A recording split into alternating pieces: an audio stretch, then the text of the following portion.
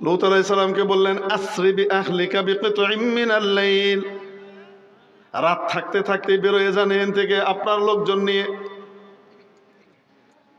খবরদার রাত শেষ করবেন না, রাত থাকতে থাকতে নিয়ে যান। ইন্না মাউইদাকুমুস সুবহ, আযাব আসছে সকালবেলায়, সকাল হওয়ার সাথে সাথে আযাব আসবে। সুবে সাদিক হওয়ার সাথে সাথে আযাব নাজিল হবে, ফজরের ওয়াক্ত শুরু হওয়ার সাথে সাথে আযাব নাজিল হবে। অতএব রাত থাকতে থাকতে বেরিয়ে যান, রাতের কোনো একটা অংশে বেরিয়ে যান আপনার অনুগামী ভালো মানুষদেরকে সাথে করে নিয়ে। ওয়ালা ইয়ালতাফিত মিনকুম আহাদ, ও নবী সবাইকে বলে দেন, যখন আযাব আসবে চিৎকার চেঁচামেচি হবে, আহাজারি হবে, কান্নাকাটি হবে, হা হুতাশ হবে, তাদের প্রতি দয়া পরবশ হয়ে তাদের প্রতি মায়া দেখানোর জন্য কেউ ফিরেও যেন না তাকায়। ওদের প্রতি মায়া দেখানোর জন্য কেউ ফিরেও যেন, কারণ যে ফিরে তাকাবে সেও তাদের অন্তর্ভুক্ত হয়ে যাবে।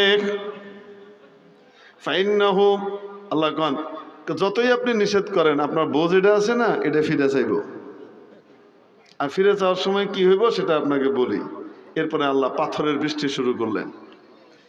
মুসাওয়ামাতান ইনদা রাব্বিক, এই পাথরগুলো আবার এক একজনের জন্য নাম লেখা ছিল, মানে আল্লাহ পক্ষ থেকে নির্ধারণ করে দেওয়া আছে, তুই ওর মাথায়, তুই ওর মাথায়, তুই ওর মাথায়। এখানে পড়তো, ভিতর দিয়ে চিরে নিচ দিয়ে বেরোয় যেত। যে জায়গা দিয়ে অকাজ করতো ঠিক সেই জায়গা দিয়ে গুজ্জদার দিয়ে বেরিয়ে যেত।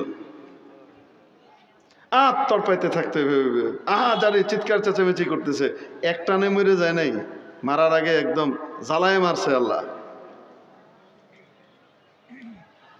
আল্লাহ পাক যখন আযাব পাঠান তখন এটা ঠেকানোর ক্ষমতা কারো থাকে না।